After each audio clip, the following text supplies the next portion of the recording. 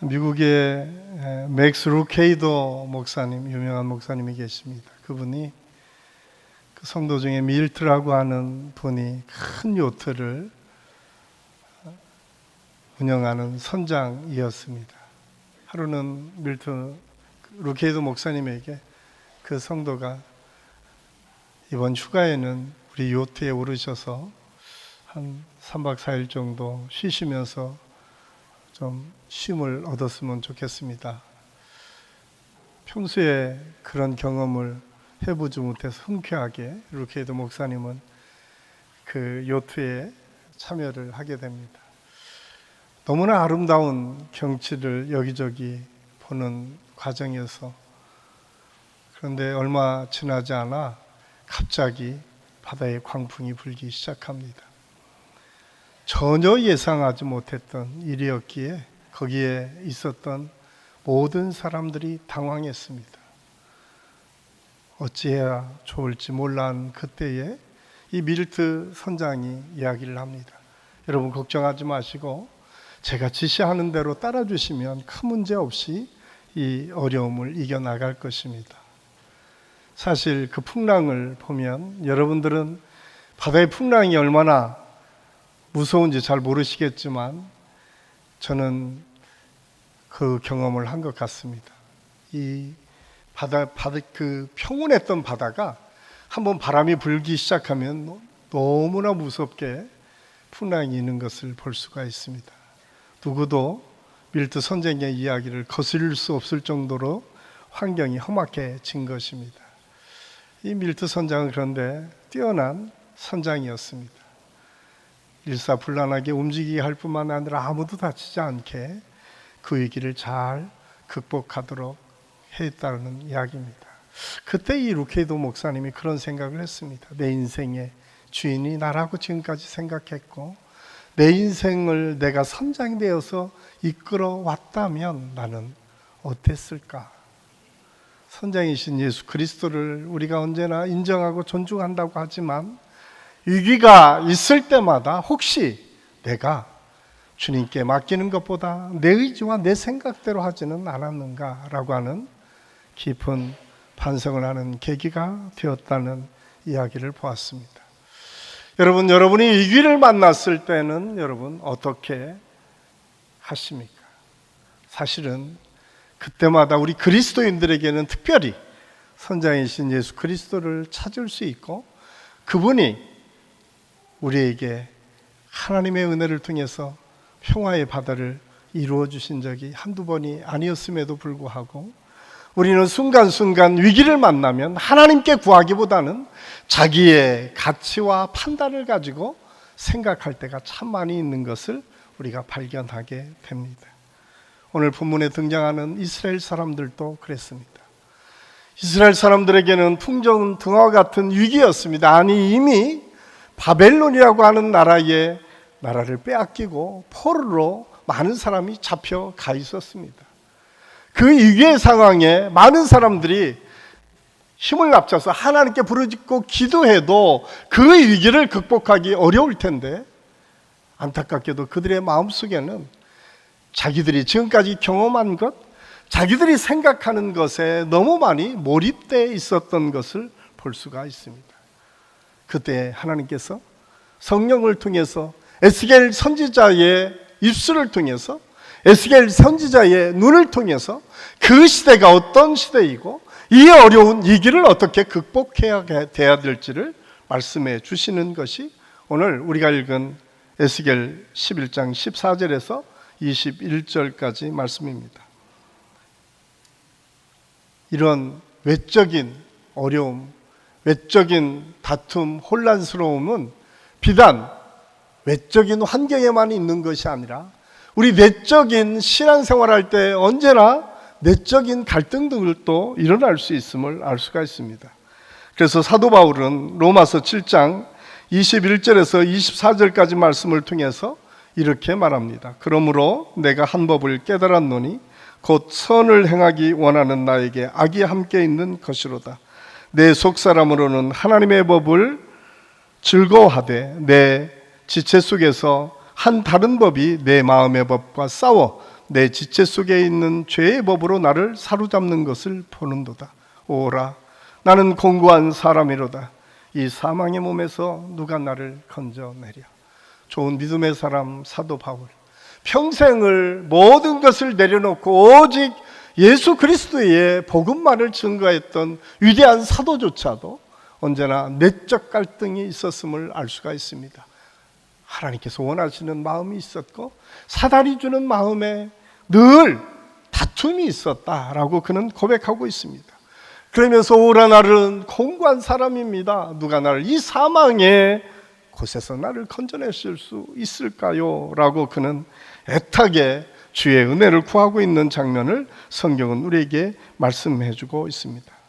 그렇다면 어떻게 우리가 이런 내적인 다툼과 외적인 여러 가지 어려운 환경들을 극복할 수 있을까요?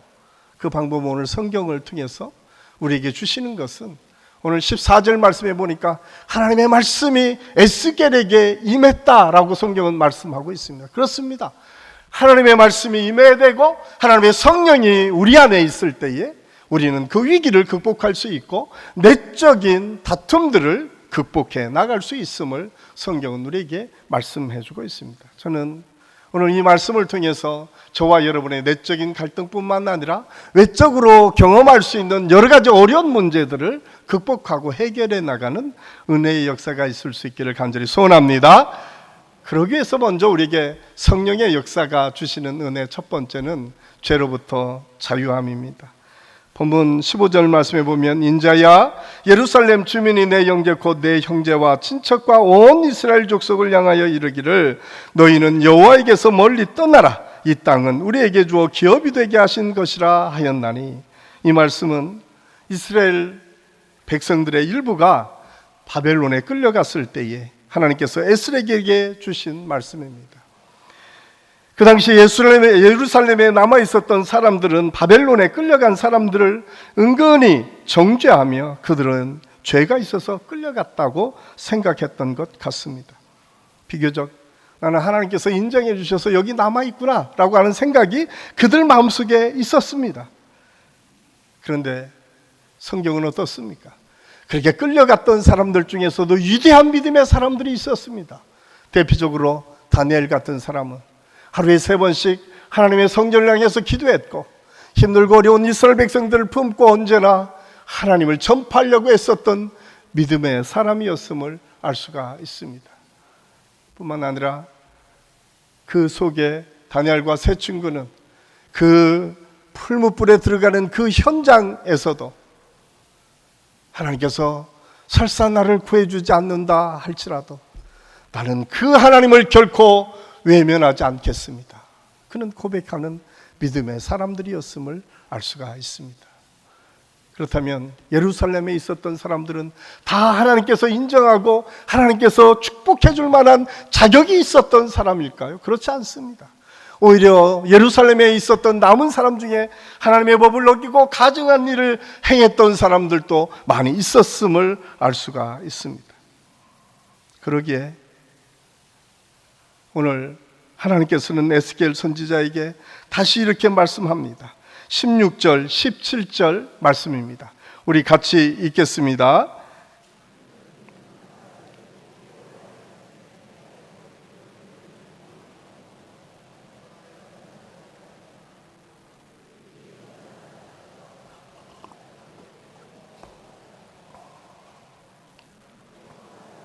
주 여호와의 말씀에 내가 너희를 만민 가운데서 모으며 너희를 흩은 여러 나라 가운데서 모아내고 내 이스라엘 땅을 너에게 주리라 하라. 아멘. 이 말씀은 하나님께서 바벨론에 끌려간 사람들의 진실한 예배를 드리게 되면 그 예배를 받아주시고 결국 원래 살던 이스라엘 땅으로 돌아오게 도우시겠다라고 하는 하나님의 약속의 메시지가 있음을 알 수가 있습니다. 뿐만 아니라 18절 말씀해 보면 그들이 그리로 가서 그 가운데 모든 미운 물건과 가증한 것을 제거하여 버릴지라. 이 구절에 모든 미운 물건과 가증한 것은 은밀한 궤에 숨겨진 우상을 의미합니다. 그 당시에 우상이 우리가 생각하는 것보다 더 다양한 우상들이 많이 있었습니다. 우리나라도 예전에 부적 같은 우상들이 참 많이 있었잖아요. 이스라엘 백성들도 마찬가지입니다.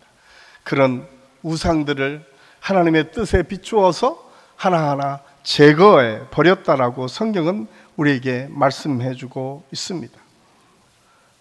감추어진 우상, 이걸 우리가 신앙적으로 우리의 삶에 적용한다면 우리 안에 감추어진 죄들을 의미하기도 합니다. 성령이 임하실 때에 그 감추어진 죄가 드러날 수 있다라고 하는 사실을 말씀해 주고 있습니다. 그래서 더 이상 죄를 따라가지 않고 죄를 짓는 것이 즐겁지 않고 죄가 원하는 대로 내가 순종으로 나아가지 않는다라고 하는 사실을 오늘 성경은 우리에게 가르쳐 주고 있습니다. 하나님께서 그런 은혜를 이스라엘 백성들에게 주셨다라고 성경은 말씀해 주고 있습니다. 그런데 우리 죄에서 해방시키는 성령을 구체적으로 사도 바울은 이렇게 우리에게 말씀해 주고 있습니다. 로마서 8장 1절 2절 말씀 우리 같이 한번 읽겠습니다. 그러므로 이제 그리스도 예수 안에 있는 자에게 결코 정죄함이 없나니 이는 그리스도 예수 안에 있는 생명의 성령의 법이 죄와 사망의 법에서 너를 해방하였습니다. 아멘. 이 구절에서 사도 바울은 성령이 그리스도 예수 안에 있는 생명의 성령이라고 말씀하고 있습니다. 성령 충만의 역사를 기대하고 오늘 성령을 사모하는 이유는 그 성령은 생명의 성령이기 때문에 그렇습니다. 예수 그리스도 안에서 그래서 우리는 그 생명을 지금 누리고 있는 것입니다. 이처럼 성령은 인간을 죄와 사망에서 해방시켜 영원한 생명을 보장시켜 주심으로써 구원의 역사를 이룰 뿐만 아니라 우리가 이 땅에서 생명을 누리며 살 수 있도록 인도해 주신다. 약소국가가 강대국에 억압을 당하는 것도 불행하지만 이보다 더 불행한 것이 있다면 영적으로 사로잡혀서 그들에게 순종하고 그들에게 따라가는 삶을 사는 것에 있음을 알 수가 있습니다. 그러나 하나님을 믿는 사람들은 생명의 성령의 법이 죄와 사망의 법에서 온전히 해방시켜 주셨기 때문에 그리스도 안에 있는 자에게는 결코 정죄함이 없다고 선언하고 있습니다. 그리고 그리스도 예수 안에 있는 자에게 새로운 피조물로서 하나님의 백성이 되게 해 주셨다라고 성경은 우리에게 말씀해 주고 있습니다. 성령을 받은 사람과 받지 않는 사람이 겉으로 보기에는 같아 보일 수 있습니다. 그러나 다른 점은 예수를 믿지 않는 사람에게는 생명이 없다라고 하는 것입니다. 예수를 믿고 생명을 얻은 것은 하나님의 축복이고 은혜입니다. 그래서 오늘 이 거룩한 주일에 나와서 생명이신 주님을 고백하고 우리 안에 생명을 유지했다라고 하는 것, 생명이 있다라고 하는 것 자체가 축복이고 은혜인 줄로 믿습니다. 그것을 우리가 늘 감사할 수 있어야 돼요. 그런데 이 생명은 그냥 생명으로 멈추는 것이 아니라 생명의 영은 살리는 영이다라고 말씀하고 있습니다. 요한복음 6장 63절 말씀해 보면 이렇게 말씀하고 있습니다. 우리 함께 읽겠습니다. 살리는 것은 영이니 육은 무익하니라. 내가 너에게 이른 말은 영이요 생명이라. 우리가 믿는 하나님을 통해서 주시는 영은 살려내는 영이다 라고 말씀하고 있습니다. 그래서 생명이 있는 곳에 활동이 있어요. 왕성하게 일어나는 활동이 있습니다. 생명이 있는 곳에 끊임없이 생산되고 이어지는 하나님의 은혜가 있음을 알 수가 있습니다.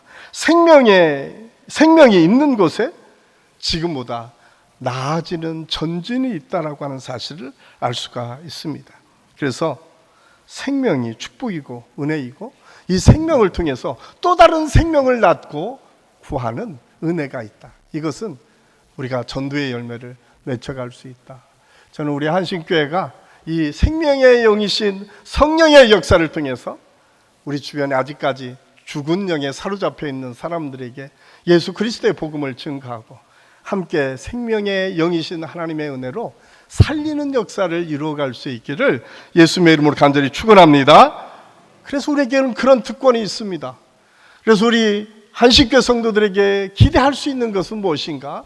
세상 사람들이 어떻게 우리를 판단하고 보든 우리 성도들이 가는 곳에는 생명의 역사가 있습니다.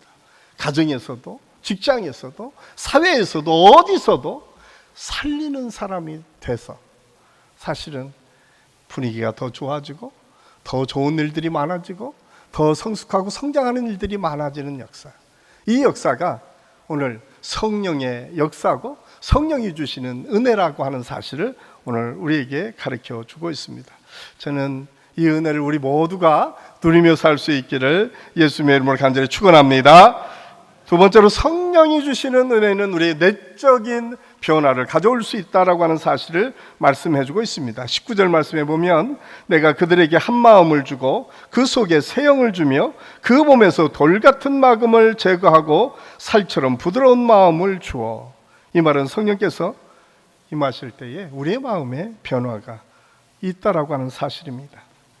마음의 변화는 행복의 기초입니다. 그래서 사람들은 마음의 변화를 추구하고 수많은 종교와 철학과 도덕은 우리에게 행복을 가져주기 위해서 어떻게 살아가야 될지에 대해서 말씀하고 있습니다. 그리고 수많은 길과 방법들에 대해서 우리에게 말합니다. 그런데 결국은 거기에 생명의 역사가 있는 것이 아니라, 변화의 역사가 있는 것이 아니라 오직 성령의 역사 속에 우리의 변화를 경험할 수 있다라고 말씀합니다. 그래서 그 사실을 깨달은 다윗은 시편 51편 10절에서 이렇게 고백합니다. 하나님이여, 내 속에 정한 마음을 창조하시고 내 안에 정직한 영을 새롭게 하소서. 그는 그렇게 기도했습니다. 내 마음에 정한 마음이 있게 하여 주옵소서. 우리가 이 땅에 삶을 살 때 보면 우리가 상처 때문에 어려움을 당하는 경우가 참 많이 있습니다.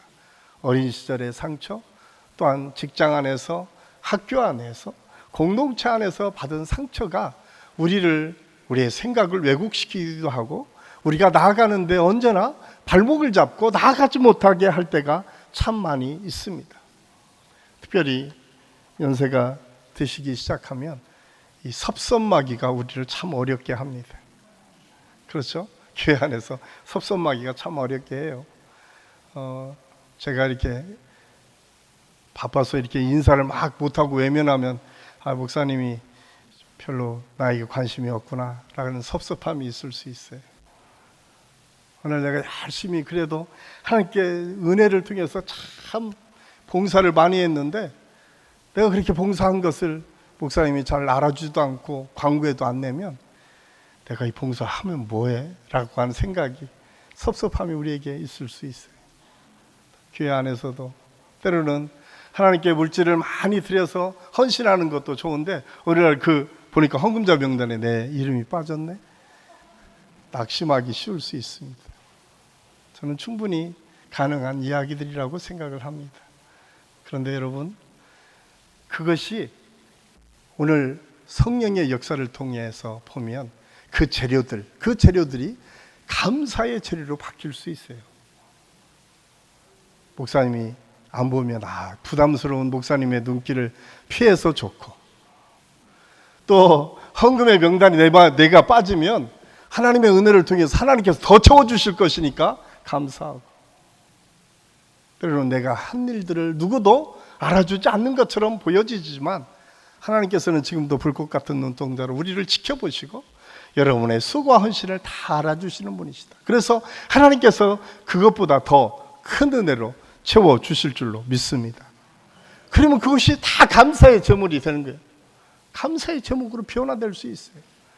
그래서 내가 하나님이 정한 마음을 주시고 정직한 영을 통해서 내 심령이 변화될 수 있도록 나를 붙잡아 주옵소서. 오늘 다윗이 그런 고백을 했음을 성경은 우리에게 말씀해 주고 있습니다. 그런데 이 마음의 변화 중에 가장 큰 변화는, 오늘 이스라엘 백성들에게 가장 큰 문제는 무엇입니까? 갈등이었습니다. 예루살렘에 남은 사람도, 바벨론의 포로로 잡혀 있었던 사람도 언제나 상대방을 보니까 시기와 질투밖에 마음속에 없었어요.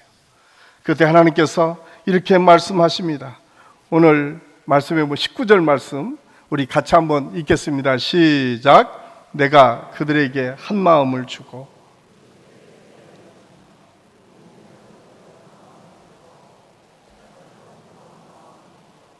아멘. 돌덩이 같은 마음이면 우리가 갈등할 수밖에 없어요.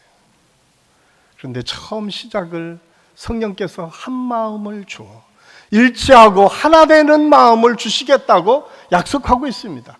일치되고 하나 되는 마음은 먼저 부드러운 마음입니다. 살 같은 마음이다 성경은 표현하고 있어요.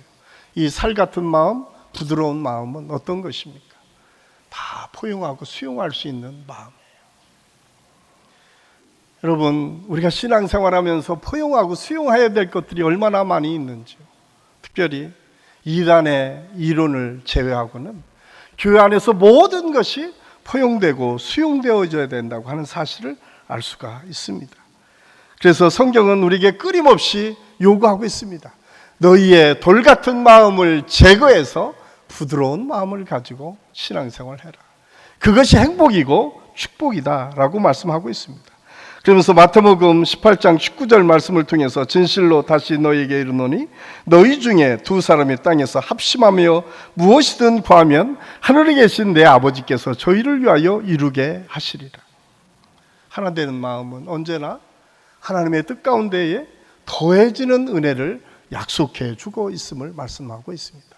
교회는 땅에서 예수 그리스도의 이름으로 합력하여 기도함으로 하나를 이루어가고 그 마음의 변화를 받아 모든 사람을 포용하고 수용할 수 있는 능력을 갖는 것. 사단은 우리에게 굳은 마음을 줘서 언제나 판단하고 재단하도록 만듭니다. 여러분, 혹시 신앙생활을 하면서 남편과 아내와 또 주변의 사람들이 판단되는 눈길이 자꾸 여러분의 눈길이라면 곰곰이 기도하며 돌아봐야 됩니다. 하나님께서는 하나 되는 마음을 주는 것이다 라고 말씀했습니다. 어떤 형태로든 갈라치는 것은 하나님의 마음이 아닙니다. 저는 우리 한신교회 안에 이 마음, 부드럽고 살 같은 마음이 저와 여러분 속에 있어서 어떤 분이 오더라도 어떤 분들을 우리가 바라보더라도 수용하고 포용할 줄 아는 넉넉한 마음을 소유할 수 있기를 간절히 소원합니다. 또한 오늘 말씀해 보면 영적인 능력을 받게 된다고 말씀하고 있습니다. 20절 말씀해 보면 내 율례를 좇으며 내 규례를 지켜 행하게 하리니 그들은 내 백성이 되고 나는 그들의 하나님이 되리라. 하나님은 성령께서 도와주셔야 하나님의 말씀대로 살 수 있는 능력이 생긴다고 우리에게 말씀하고 있습니다. 성령님은 우리를 새로운 존재로 만들 뿐만 아니라 우리를 능력 있는 존재로 만들어 가신다라고 하는 사실을 알 수가 있습니다. 우리는 우리 자신의 능력만 가지고 살 수 없습니다. 진짜 능력은 우리의 약함을 인정할 때 주어집니다. 사도 바울은 자신이 대단히 강하고 능력 있는 존재인 줄 알고 출발했습니다. 왜냐하면 객관적인 근거를 가지고 사도 바울을 평가하면 그 시대에 뛰어난 사람이었습니다. 로마 시민권자였고 가말리엘 문화생이었고 다른 사람보다 훨씬 높은 지위에서 무엇인가를 할 수 있었던 충분히 자격이 있었던 사람이었습니다. 그런데 그 모든 것보다 더 중요한 것이 그에게 있었고 그 모든 것을 배설물처럼 버렸다라고 그가 고백하면서 고린도 후서 12장 9절 10절 말씀을 통해서 이렇게 고백하고 있습니다. 우리 같이 한번 읽겠습니다. 내게 이르시기를 내 은혜가 내게 족하도다. 이는 내 능력이 약한 데서 온전하여 짐이라 하신지라. 이러므로 도리어 크게 기뻐함으로 나의 여러 약한 것들에 대하여 자랑하리니 이는 그리스도의 능력으로 내게 머물게 하려 함이라. 그러므로 내가 그리스도를 위하여 약한 것들과 능욕과 궁핍과 핍박과 곤란을 기뻐하노니 이는 내가 약할 때에 그때의 강함이니라. 아멘. 사도 바울은 알았습니다. 사도 바울이 모든 걸 다 할 수 있었는데 그에게 무슨 병인지는 분명하지 않지만 질병이 있을 때에 그가 끊임없이 하나님께 기도했습니다. 주님, 제가 하나님의 일을 잘하기 위해서 이 모든 질병을 치료해 주십시오 라고 했을 때 주신 하나님의 말씀입니다. 내게 준 이 은혜가 족하다. 저는 여기에서 한 가지 중요한 지혜를 깨닫게 됩니다. 하나님은 우리에게 지금 가장 중요한 것들을, 가장 필요한 것들을, 가장 적합한 것들을 우리에게 주고 계시다고 하는 사실을 우리는 잊어서는 안 됩니다. 때로는 어떤 분에게는 고난의 어려움이 있을 수도 있습니다. 재정적인 어려움이 있을 수도 있습니다. 관계의 어려움이 있을 수도 있습니다. 그런데 오늘 사도 바울은 그 약함을 통해서 오히려 강한 하나님의 은혜를 경험할 수 있다라고 우리에게 말씀해 주고 있습니다.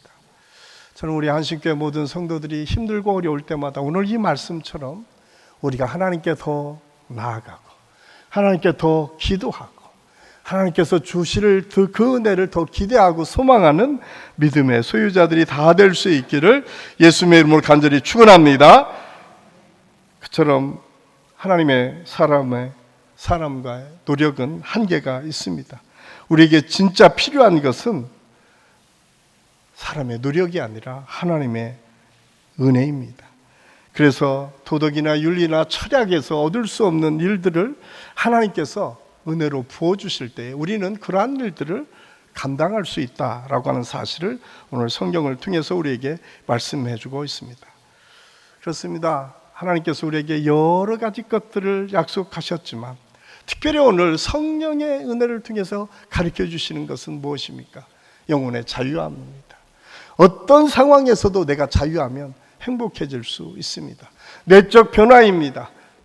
돌덩이 같은 마음을 부드러운 살 같은 마음으로 바꾸셔서 어떤 상황에서도 적응하고 그것을 헤쳐나갈 수 있는 능력을 주시는 마음 뿐만 아니라 예수 그리스도의 십자가의 능력을 통해서 어떤 상황에서도 흔들리지 않는 하나님의 능력을 소유할 수 있도록 우리를 이끌어 가시는 은혜가 성령의 역사임을 오늘 성경은 우리에게 말씀해 주고 있습니다. 오늘 바벨론으로 잡혀갔던 이스라엘 백성들이나 예루살렘에 남아서 하나님의 은혜를 구했던 예루살렘 백성들이나 다 하나님께서 사랑하시는 백성들이었습니다. 하나님께서 원하시는 것은 그 위기의 상황에 너희가 깨어서 하나님을 구하고 하나님의 말씀 안에 있기를 원하셨습니다.